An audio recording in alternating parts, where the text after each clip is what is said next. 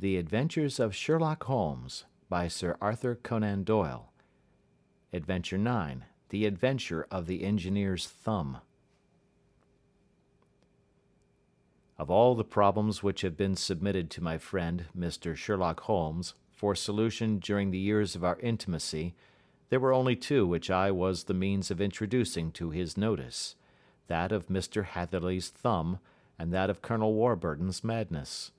Of these the latter may have afforded a finer field for an acute and original observer, but the other was so strange in its inception, and so dramatic in its details, that it may be the more worthy of being placed upon record, even if it gave my friend fewer openings for those deductive methods of reasoning by which he achieved such remarkable results. The story has, I believe, been told more than once in the newspapers, but, like all such narratives, its effect is much less striking when set forth en bloc in a single half-column of print than when the facts slowly evolve before your own eyes, and the mystery clears gradually away as each new discovery furnishes a step which leads on to the complete truth. At the time the circumstances made a deep impression upon me, and the lapse of 2 years has hardly served to weaken the effect. It was in the summer of '89, not long after my marriage, that the events occurred which I am now about to summarize.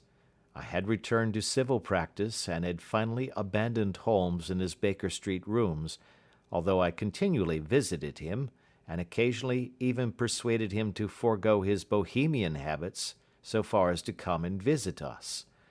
My practice had steadily increased, and as I happened to live at no very great distance from Paddington Station, I got a few patients from among the officials. One of these, whom I had cured of a painful and lingering disease, was never weary of advertising my virtues, and of endeavouring to send me on every sufferer over whom he might have any influence. One morning, at a little before 7 o'clock, I was awakened by the maid tapping at the door to announce that 2 men had come from Paddington and were waiting in the consulting room. I dressed hurriedly, for I knew by experience that railway cases were seldom trivial, and hastened downstairs. As I descended, my old ally, the guard, came out of the room and closed the door tightly behind him. "I've got him here," he whispered, jerking his thumb over his shoulder. "He's all right." "What is it, then?" I asked, for his manner suggested that it was some strange creature which he had caged up in my room. "It's a new patient," he whispered. "I thought I'd bring him round myself. Then he couldn't slip away. There he is, all safe and sound. I must go now, doctor. I have my duties just the same as you." And off he went, this trusty toot, without even giving me time to thank him. I entered my consulting room and found a gentleman seated by the table.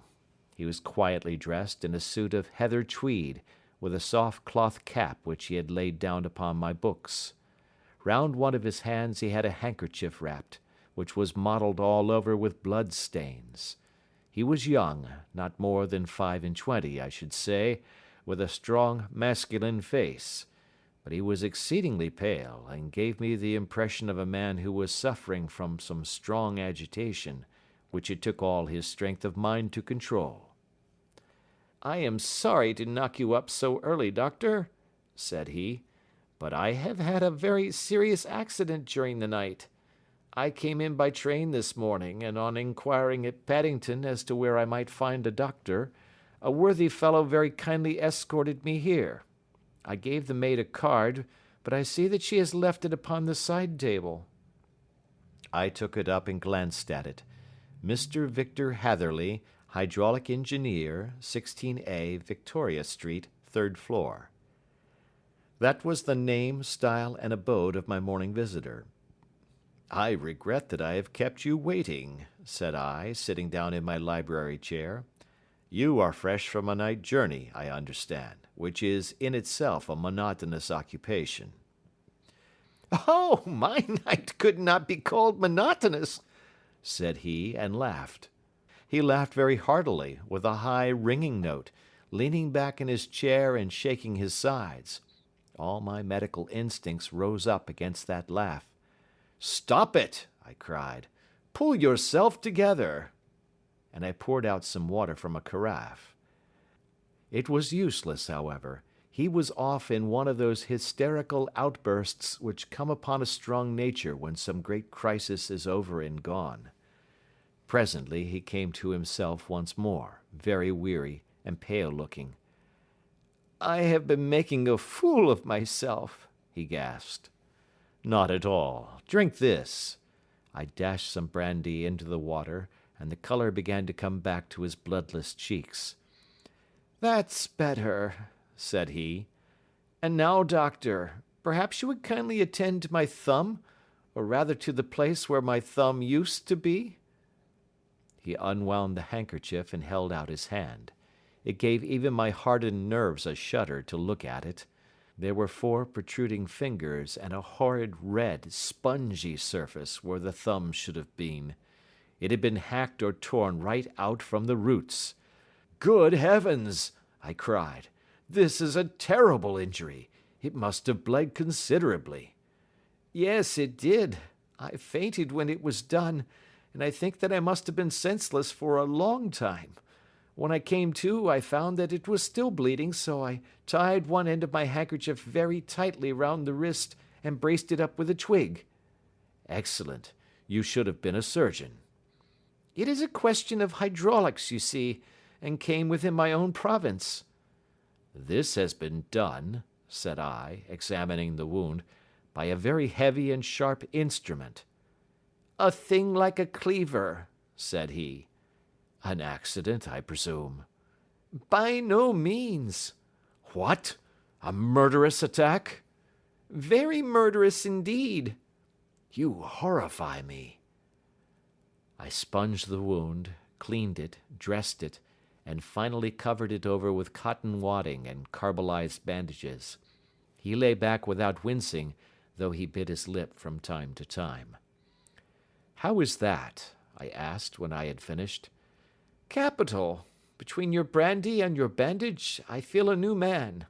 I was very weak, but I have had a good deal to go through." "Perhaps you had better not speak of the matter. It is evidently trying to your nerves." "Oh, no, not now. I shall have to tell my tale to the police. But, between ourselves, if it were not for the convincing evidence of this wound of mine, I should be surprised if they believed my statement, for it is a very extraordinary one, and I have not much in the way of proof with which to back it up. And even if they believe me, the clues which I can give them are so vague that it is a question whether justice will be done." "Ha!" cried I. "If it is anything in the nature of a problem which you desire to see solved, I should strongly recommend you to come to my friend, Mr. Sherlock Holmes, before you go to the official police."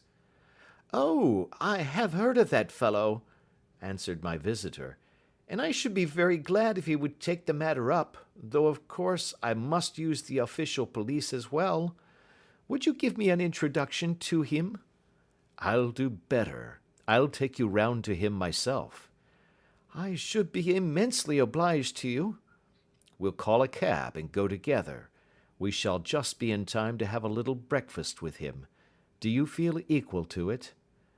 "Yes, I shall not feel easy until I have told my story."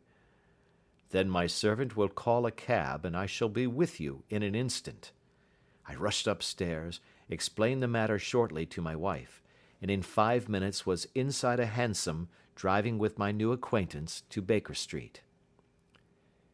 Sherlock Holmes was, as I expected, lounging about his sitting room in his dressing gown, reading the agony column of the Times and smoking his before-breakfast pipe, which was composed of all the plugs and dottles left from his smokes of the day before, all carefully dried and collected on the corner of the mantelpiece.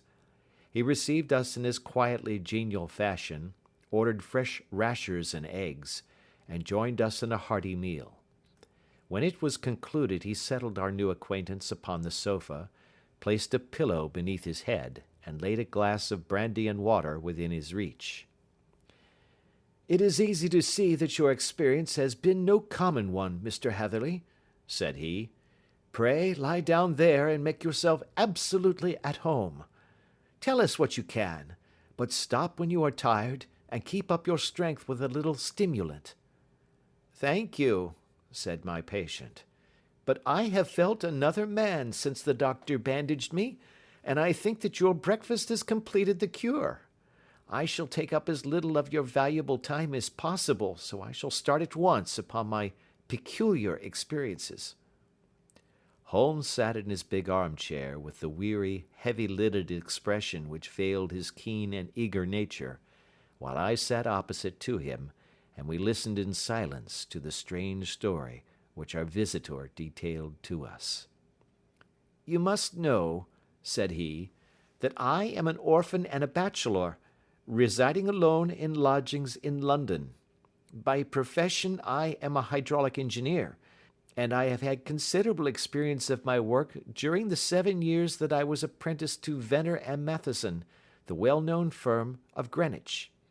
2 years ago, having served my time, and having also come into a fair sum of money through my poor father's death, I determined to start in business for myself, and took professional chambers in Victoria Street. I suppose that everyone finds his first independent start in business a dreary experience. To me, it has been exceptionally so. During 2 years I have had 3 consultations and 1 small job, and that is absolutely all that my profession has brought me. My gross takings amount to £27 10s. Every day, from 9 in the morning until 4 in the afternoon, I waited in my little den, until at last my heart began to sink, and I came to believe that I should never have any practice at all. Yesterday, however, just as I was thinking of leaving the office, my clerk entered to say there was a gentleman waiting, who wished to see me upon business. He brought up a card, too, with the name of Colonel Lysander Stark engraved upon it. Close at his heels came the colonel himself, a man rather over the middle size, but of an exceeding thinness. I do not think that I have ever seen so thin a man. His whole face sharpened away into nose and chin, and the skin of his cheeks was drawn quite tense over his outstanding bones. Yet this emaciation seemed to be his natural habit, and due to no disease, for his eye was bright, his step brisk, and his bearing assured. He was plainly but neatly dressed, and his age, I should judge, would be nearer 40 than 30. "Mr. Hatherley," said he, with something of a German accent, "you have been recommended to me, Mr. Hatherley, as being a man who is not only proficient in his profession, but is also discreet and capable of preserving a secret." I bowed, feeling as flattered as any young man would at such an address. "May I ask who it was who gave me so good a character?" "Well, perhaps it is better that I should not tell you that just at this moment. I have it from the same source that you are both an orphan and a bachelor, and are residing alone in London." "That is quite correct," I answered, "but you will excuse me if I say that I cannot see how all this bears upon my professional qualifications. I understand that it was on a professional matter that you wished to speak to me?" "Undoubtedly so, but you will find that all I say is really to the point. I have a professional commission for you, but absolute secrecy is quite essential. Absolute secrecy, you understand, and of course we may expect that more from a man who is alone than from one who lives in the bosom of his family." "If I promise to keep a secret," said I, "you may absolutely depend upon my doing so." He looked very hard at me as I spoke, and it seemed to me that I had never seen so suspicious and questioning an eye. "Do you promise, then?" said he at last. "Yes, I promise." "Absolute and complete silence before, during, and after? No reference to the matter at all, either in word or writing?" "I have already given you my word." "Very good." He suddenly sprang up, and darting like lightning across the room, he flung open the door. The passage outside was empty. "That's all right," said he, coming back. "I know that clerks are sometimes curious as to their master's affairs. Now we can talk in safety." He drew up his chair very close to mine, and began to stare at me again with the same questioning and thoughtful look. A feeling of repulsion and of something akin to fear had begun to rise within me at the strange antics of this fleshless man. Even my dread of losing a client could not restrain me from showing my impatience. "I beg that you will state your business, sir," said I. "My time is of value." Heaven forgive me for that last sentence, but the words came to my lips. "How would 50 guineas for a night's work suit you?" he asked. "Most admirably." "I say a night's work, but an hour's would be nearer the mark. I simply want your opinion about a hydraulic stamping machine which has got out of gear. If you show us what is wrong, we shall soon set it right ourselves. What do you think of such a commission as that?" "The work appears to be light and the pay munificent." "Precisely so. We shall want you to come tonight by the last train." "Where to?" "To Eyford in Berkshire. It is a little place near the borders of Oxfordshire and within 7 miles of Reading. There is a train from Paddington which would bring you there at about 11:15. "Very good." "I shall come down in a carriage to meet you." "There is a drive, then?" "Yes, our little place is quite out in the country. It is a good 7 miles from Eyford station." "Then we can hardly get there before midnight. I suppose there would be no chance of a train back. I should be compelled to stop the night." "Yes, we could easily give you a shakedown." "That is very awkward. Could I not come at some more convenient hour?" "We have judged it best that you should come late. It is to recompense you for any inconvenience that we are paying to you, a young and unknown man, a fee which would buy an opinion from the very heads of your profession. Still, of course, if you would like to draw out of the business, there is plenty of time to do so." I thought of the 50 guineas, and of how useful they would be to me. "Not at all," said I. "I shall be very happy to accommodate myself to your wishes. I should like, however, to understand a little more clearly what it is that you wish me to do." "Quite so. It is very natural that the pledge of secrecy which we have exacted from you should have aroused your curiosity. I have no wish to commit you to anything without your having it all laid before you. I suppose that we are absolutely safe from eavesdroppers?" "Entirely." "Then the matter stands thus. You are probably aware that Fuller's earth is a valuable product, and that it is only found in 1 or 2 places in England?" "I have heard so." "Some little time ago I bought a small place, a very small place, within 10 miles of Reading. I was fortunate enough to discover that there was a deposit of Fuller's earth in one of my fields. On examining it, however, I found that this deposit was a comparatively small one, and that it formed a link between 2 very much larger ones upon the right and left, both of them, however, in the grounds of my neighbours. These good people were absolutely ignorant that their land contained that which was quite as valuable as a gold mine. Naturally, it was to my interest to buy their land before they discovered its true value, but unfortunately I had no capital by which I could do this. I took a few of my friends into the secret, however, and they suggested that we should quietly and secretly work our own little deposit, and that in this way we should earn the money which would enable us to buy the neighbouring fields. This we have now been doing for some time, and in order to help us in our operations, we erected a hydraulic press. This press, as I have already explained, has got out of order, and we wish your advice upon the subject. We guard our secret very jealously, however, and if it once became known that we had hydraulic engineers coming to our little house, it would soon rouse inquiry, and then, if the facts came out, It would be good-bye to any chance of getting these fields and carrying out our plans.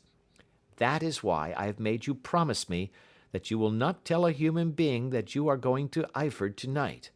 I hope that I make it all plain?" "I quite follow you," said I. "The only point which I could not quite understand was what use you could make of a hydraulic press in excavating fuller's earth, which, as I understand, is dug out like gravel from a pit." "Ah," said he carelessly, "we have our own process. We compress the earth into bricks, so as to remove them without revealing what they are. But that is a mere detail. I have taken you fully into my confidence now, Mr. Hatherley, and I have shown you how I trust you." He rose as he spoke. "I shall expect you, then, at Eyford at 11:15. "I shall certainly be there." And not a word to a soul. He looked at me with a last long, questioning gaze, and then, pressing my hand in a cold, dank grasp, he hurried from the room. Well, when I came to think it all over in cool blood, I was very much astonished, as you may both think, at this sudden commission which has been entrusted to me. On the one hand, of course, I was glad, for the fee was at least tenfold what I should have asked had I set a price upon my own services, and it was possible that this order might lead to other ones. On the other hand, the face and manner of my patron had made an unpleasant impression upon me, and I could not think that his explanation of the fuller's earth was sufficient to explain the necessity of my coming at midnight, and his extreme anxiety lest I should tell any one of my errand.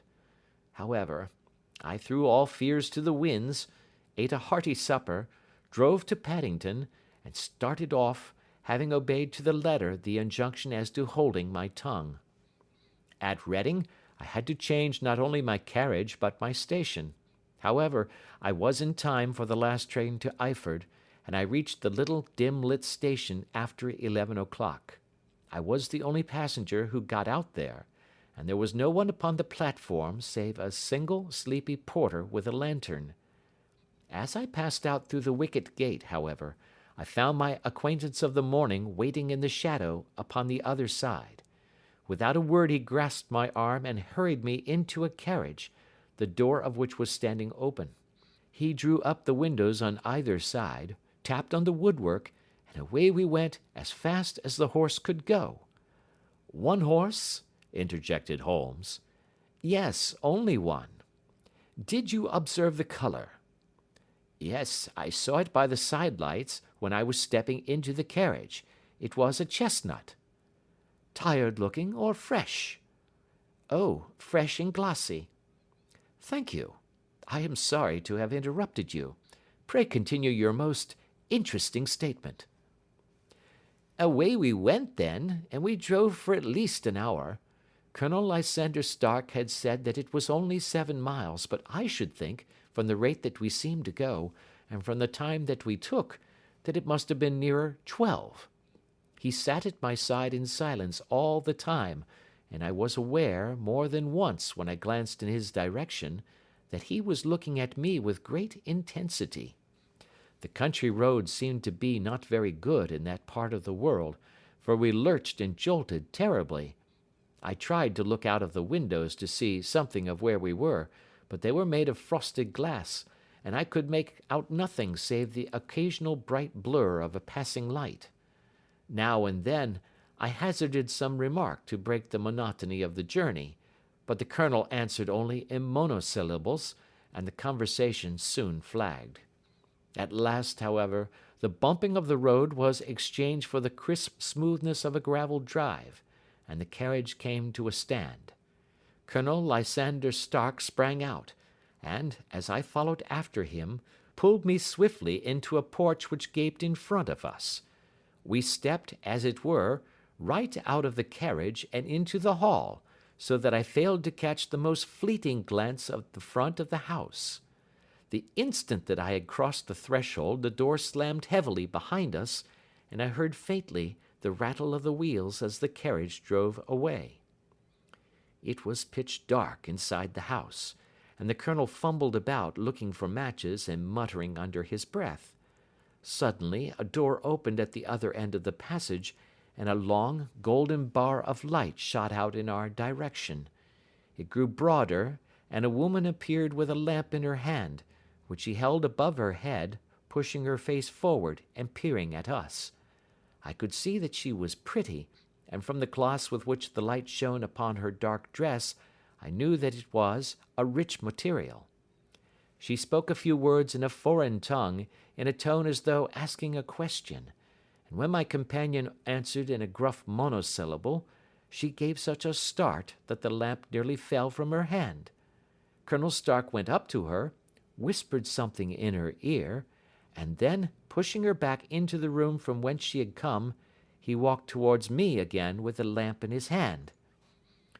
"Perhaps you will have the kindness to wait in this room for a few minutes," said he, throwing open another door. It was a quiet, little, plainly furnished room, with a round table in the centre, on which several German books were scattered. Colonel Stark laid down the lamp on the top of a harmonium beside the door. "I shall not keep you waiting an instant," said he, and vanished into the darkness. I glanced at the books upon the table, and in spite of my ignorance of German I could see that 2 of them were treatises on science, the others being volumes of poetry. Then I walked across to the window, hoping that I might catch some glimpse of the countryside, but an oak shutter, heavily barred, was folded across it. It was a wonderfully silent house. There was an old clock ticking loudly somewhere in the passage, but otherwise everything was deadly still. A vague feeling of uneasiness began to steal over me. Who were these German people, and what were they doing living in this strange, out-of-the-way place? And where was the place? I was 10 miles or so from Eyford, that was all I knew, but whether north, south, east, or west, I had no idea. For that matter, Reading, and possibly other large towns, were within that radius, so the place might not be so secluded after all.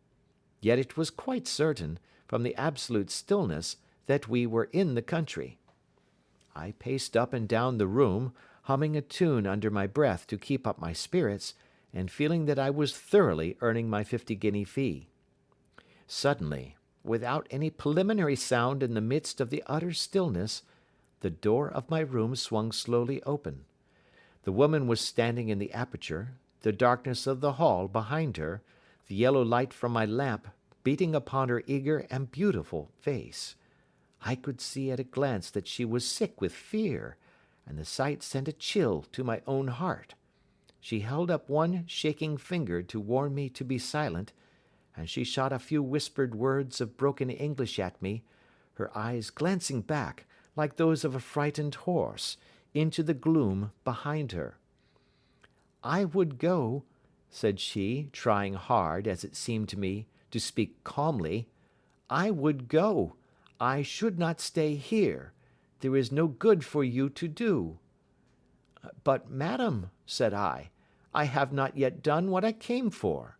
I cannot possibly leave until I have seen the machine." "It is not worth your while to wait," she went on. "You can pass through the door, no one hinders." And then, seeing that I smiled and shook my head, she suddenly threw aside her constraint and made a step forward, with her hands wrung together. "For the love of heaven," she whispered, "get away from here before it is too late." But I am somewhat headstrong by nature, and the more ready to engage in an affair when there is some obstacle in the way. I thought of my 50-guinea fee, of my wearisome journey, and of the unpleasant night which seemed to be before me. Was it all to go for nothing? Why should I slink away without having carried out my commission, and without the payment which was my due? This woman might, for all I knew, be a monomaniac. With a stout bearing, therefore, though her manner had shaken me more than I cared to confess, I still shook my head, and declared my intention of remaining where I was. She was about to renew her entreaties, when a door slammed overhead, and the sound of several footsteps was heard upon the stairs. She listened for an instant, threw up her hands with a despairing gesture, and vanished as suddenly and as noiselessly as she had come. The newcomers were Colonel Lysander Stark and a short, thick man with a chinchilla beard growing out of the creases of his double chin, who was introduced to me as Mr. Ferguson. "This is my secretary and manager," said the colonel. "By the way, I was under the impression that I left this door shut just now. I fear that you have felt the draught." "On the contrary," said I opened the door myself because I felt the room to be a little close. He shot one of his suspicious looks at me. "Perhaps we had better proceed to business then," said he. "Mr. Ferguson and I will take you up to see the machine." "I had better put my hat on, I suppose." "Oh, no, it is in the house." "What? You dig fuller's earth in the house?" "No, no, this is only where we compress it. But never mind that. All we wish you to do is to examine the machine and to let us know what is wrong with it." We went upstairs together, the colonel first with the lamp, the fat manager and I behind him. It was a labyrinth of an old house, with corridors, passages, narrow winding staircases, and little low doors, the thresholds of which were hollowed out by the generations who had crossed them. There were no carpets and no signs of any furniture above the ground floor, while the plaster was peeling off the walls, and the damp was breaking through in green, unhealthy blotches. I tried to put on as unconcerned an air as possible, but I had not forgotten the warnings of the lady, even though I disregarded them, and I kept a keen eye upon my two companions. Ferguson appeared to be a morose and silent man, but I could see from the little that he said that he was at least a fellow countryman. Colonel Lysander Stark stopped at last before a low door, which he unlocked. Within was a small, square room, in which the three of us could hardly get at one time. Ferguson remained outside, and the colonel ushered me in. "We are now," said he, "actually within the hydraulic press, and it would be a particularly unpleasant thing for us if anyone were to turn it on. The ceiling of this small chamber is really the end of the descending piston, and it comes down with the force of many tons upon this metal floor. There are small lateral columns of water outside which receive the force, and which transmit and multiply it in the manner which is familiar to you. The machine goes readily enough, but there is some stiffness in the working of it, and it has lost a little of its force. Perhaps you will have the goodness to look it over, and to show us how we can set it right." I took the lamp from him, and I examined the machine very thoroughly. It was, indeed, a gigantic one, and capable of exercising enormous pressure. When I passed outside, however, and pressed down the levers which controlled it, I knew at once by the whishing sound that there was a slight leakage, which allowed a regurgitation of water through one of the side cylinders. An examination showed that one of the india rubber bands which was round the head of a driving rod had shrunk so as to not quite fill the socket along which it worked. This was clearly the cause of the loss of power, and I pointed it out to my companions, who followed my remarks very carefully and asked several practical questions as to how they should proceed to set it right. When I had made it clear to them, I returned to the main chamber of the machine and took a good look at it to satisfy my own curiosity. It was obvious at a glance that the story of the fuller's earth was the merest fabrication, for it would be absurd to suppose that so powerful an engine could be designed for so inadequate a purpose. The walls were of wood, but the floor consisted of a large iron trough, and when I came to examine it, I could see a crust of metallic deposit all over it. I had stooped and was scraping at this to see exactly what it was, when I heard a muttered exclamation in German and saw the cadaverous face of the colonel looking down at me. "What are you doing there?" he asked. I felt angry at having been tricked by so elaborate a story as that which he had told me. "I was admiring your fuller's earth," said I. I think that I should be better able to advise you as to your machine if I knew what the exact purpose was for which it was used." The instant that I uttered the words, I regretted the rashness of my speech. His face set hard, and a baleful light sprang up in his grey eyes. "Very well," said he, "you shall know all about the machine." He took a step backward, slammed the little door, and turned the key in the lock.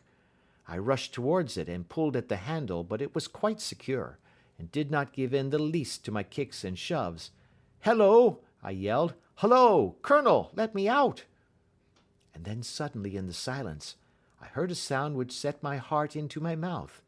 It was the clank of the levers and the swish of the leaking cylinder. He had set the engine at work. The lamp still stood upon the floor where I had placed it when examining the trough. By its light I saw that the black ceiling was coming down upon me, slowly, jerkily, but, as none knew better than myself, with a force which must within a minute grind me to a shapeless pulp. I threw myself screaming against the door, and dragged with my nails at the lock. I implored the colonel to let me out, but the remorseless clanking of the levers drowned my cries. The ceiling was only a foot or two above my head, and with my hand upraised I could feel its hard, rough surface. Then it flashed through my mind that the pain of my death would depend very much upon the position in which I met it. If I lay on my face, the weight would come upon my spine, and I shuddered to think of that dreadful snap. Easier the other way, perhaps, and yet, had I the nerve to lie and look up at that deadly black shadow wavering down upon me? Already I was unable to stand erect, when my eye caught something which brought a gush of hope back to my heart.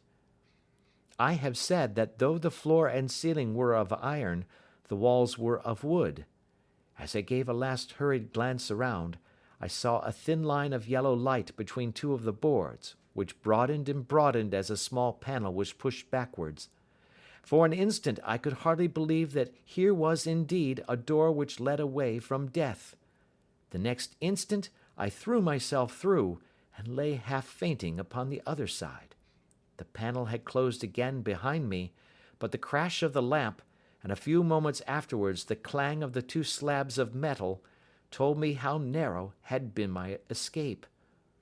I was recalled to myself by a frantic plucking at my wrist, and I found myself lying upon the stone floor of a narrow corridor, while a woman bent over me and tugged at me with her left hand, while she held a candle in her right. It was the same good friend whose warning I had so foolishly rejected. "Come, come," she cried breathlessly. "They will be here in a moment. They will see that you are not there. Oh, do not waste the so precious time, but come." This time, at least, I did not scorn her advice. I staggered to my feet, and ran with her along the corridor and down a winding stair. The latter led to another broad passage, and just as we reached it we heard the sound of running feet and the shouting of two voices, one answering the other from the floor on which we were, and from the one beneath. My guide stopped and looked about her like one who is at her wit's end. Then she threw open a door which led into a bedroom, through the window of which the moon was shining brightly. "It is your only chance," said she. "It is high, but it may be that you can jump it." As she spoke, a light sprang into view at the further end of the passage, and I saw the lean figure of Colonel Lysander Stark rushing forward with a lantern in one hand and a weapon like a butcher's cleaver in the other. I rushed across the bedroom, flung open the window, and looked out. How quiet and sweet and wholesome the garden looked in the moonlight, and it could not be more than 30 feet down. I clambered out upon the sill, but I hesitated to jump until I should have heard what passed between my saviour and the ruffian who pursued me. If she were ill used, then at any risks I was determined to go back to her assistance. The thought had hardly flashed through my mind before he was at the door, pushing his way past her, and she threw her arms round him and tried to hold him back. "Fritz, Fritz," she cried in English, "remember your promise after the last time. You said it should not be again. He will be silent. Oh, he will be silent." "You are mad, Elise," he shouted, struggling to break away from her. "You will be the ruin of us. He has seen too much. Let me pass, I say." He dashed her to one side, and rushing to the window, cut at me with his heavy weapon. I had let myself go, and was hanging by the hands to the sill, when his blow fell. I was conscious of a dull pain, my grip loosened, and I fell into the garden below. I was shaken, but not hurt by the fall, so I picked myself up and rushed off among the bushes as hard as I could run, for I understood that I was far from being out of danger yet. Suddenly, however, as I ran, a deadly dizziness and sickness came over me. I glanced down at my hand, which was throbbing painfully, and then for the first time saw that my thumb had been cut off, and that the blood was pouring from my wound. I endeavoured to tie my handkerchief round it, but there came a sudden buzzing in my ears, and next moment I fell in a dead faint among the rose bushes. How long I remained unconscious, I cannot tell. It must have been a very long time, for the moon had sunk, and a bright morning was breaking when I came to myself. My clothes were all sodden with dew, and my coat sleeve was drenched with blood from my wounded thumb. The smarting of it recalled in an instant all the particulars of my night's adventure, and I sprang to my feet with the feeling that I might hardly yet be safe from my pursuers. But to my astonishment, when I came to look round me, neither house nor garden were to be seen. I had been lying in an angle of the hedge close by the high road, and just a little lower down was a long building, which proved, upon my approaching it, to be the very station at which I had arrived upon the previous night. Were it not for the ugly wound upon my hand, all that had passed during those dreadful hours might have been an evil dream. Half dazed, I went into the station and asked about the morning train. There would be one to Reading in less than an hour. The same porter was on duty, I found, as had been there when I arrived. I inquired of him whether he had ever heard of Colonel Lysander Stark. The name was strange to him. Had he observed a carriage the night before waiting for me? No, he had not. Was there a police station anywhere near? There was one about 3 miles off. It was too far for me to go, weak and ill as I was. I determined to wait until I got back to town before telling my story to the police. It was a little past 6 when I arrived, so I went first to have my wound dressed, and then the doctor was kind enough to bring me along here. I put the case into your hands, and shall do exactly what you advise." We both sat in silence for some little time after listening to this extraordinary narrative. Then Sherlock Holmes pulled down from the shelf one of the ponderous commonplace books in which he placed his cuttings. "Here is an advertisement which will interest you," said he. "It appeared in all the papers about a year ago. Listen to this. 'Lost, on the 9th instant, Mr. Jeremiah Hayling, aged 26, a hydraulic engineer. Left his lodgings at 10 o'clock at night, and has not been heard of since. Was dressed in, etc., etc.' Ha! That represents the last time that the Colonel needed to have his machine overhauled, I fancy." "Good heavens!" cried my patient. "Then that explains what the girl said." "Undoubtedly. It is quite clear that the Colonel was a cool and desperate man, who was absolutely determined that nothing should stand in the way of his little game, like those out-and-out pirates who will leave no survivor from a captured ship. Well, every moment now is precious, so if you feel equal to it, we shall go down to Scotland Yard at once as a preliminary to starting for Eyford."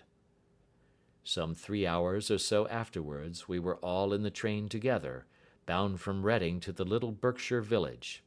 There were Sherlock Holmes, the hydraulic engineer, Inspector Bradstreet of Scotland Yard, a plain-clothes man, and myself. Bradstreet had spread an ordnance map of the county out upon the seat, and was busy with his compasses drawing a circle with Eyford for its centre. "There you are," said he. "That circle is drawn at a radius of 10 miles from the village.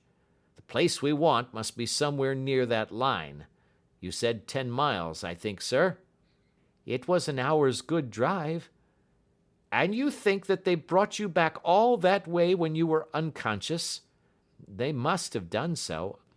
I have a confused memory, too, of having been lifted and conveyed somewhere." "What I cannot understand," said I, "is why they should have spared you when they found you lying fainting in the garden. Perhaps the villain was softened by the woman's entreaties." "I hardly think that likely. I never saw a more inexorable face in my life." "Oh, we shall soon clear up all that," said Bradstreet. "Well, I have drawn my circle, and I only wish I knew at what point upon it the folk that we are in search of are to be found." "I think I could lay my finger on it," said Holmes quietly. "Really now," cried the inspector, "you have formed your opinion. Come now, we shall see who agrees with you. I say it is south, for the country is more deserted there." "And I say east," said my patient. "I am for west," remarked the plain-clothes man. "There are several quiet little villages up there." "And I am for north," said I, "because there are no hills there, and our friend says he did not notice the carriage go up any." "Come," cried the inspector, laughing. "It's a very pretty diversity of opinion. We have boxed the compass among us. Who do you give your casting vote to?" "You are all wrong." "But we can't all be." "Oh, yes, you can. This is my point."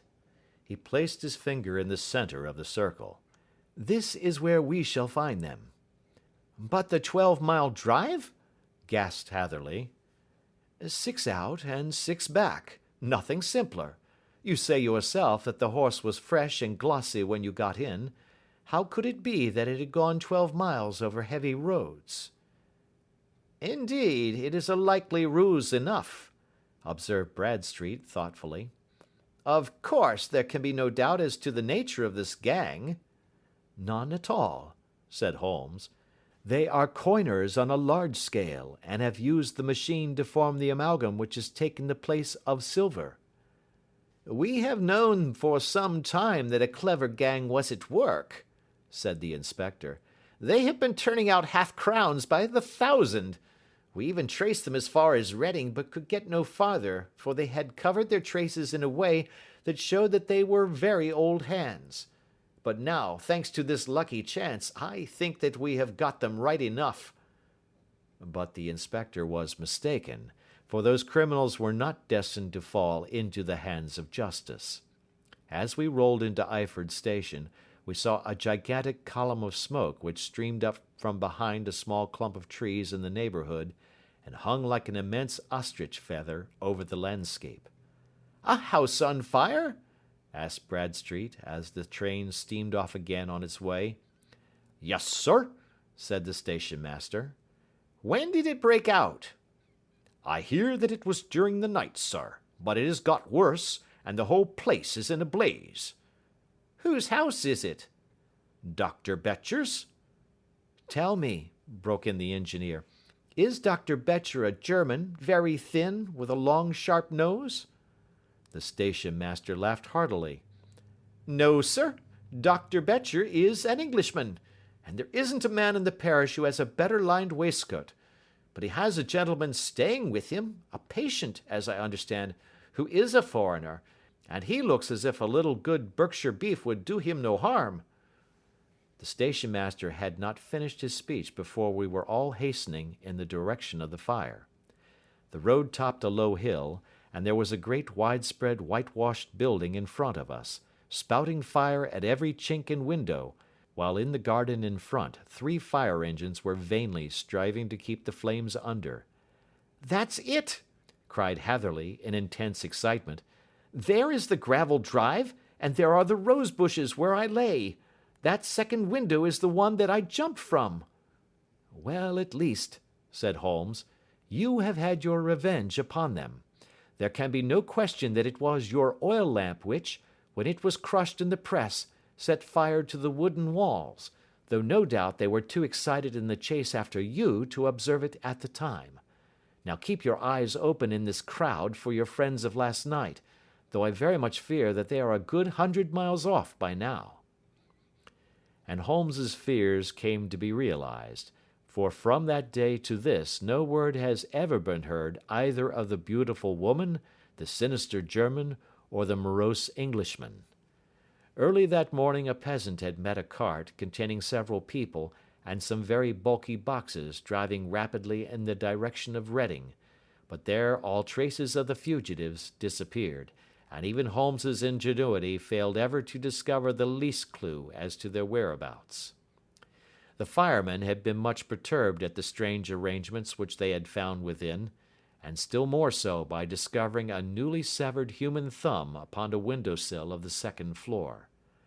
About sunset, however, their efforts were at last successful, and they subdued the flames, but not before the roof had fallen in, and the whole place been reduced to such absolute ruin that, save some twisted cylinders and iron piping, not a trace remained of the machinery which had cost our unfortunate acquaintance so dearly.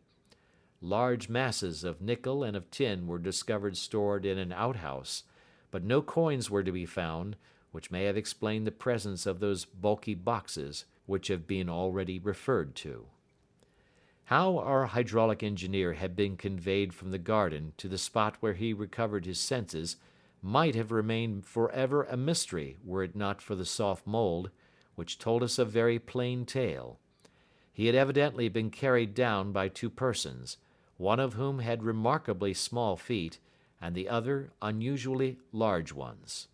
On the whole, it was most probable that the silent Englishman, being less bold or less murderous than his companion, had assisted the woman to bear the unconscious man out of the way of danger. "Well," said our engineer ruefully, as we took our seats to return once more to London, "it has been a pretty business for me. I have lost my thumb, and I have lost a 50-guinea fee, and what have I gained?"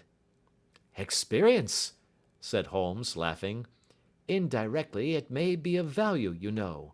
You have only to put it into words to gain the reputation of being excellent company for the remainder of your existence." End of Adventure 9.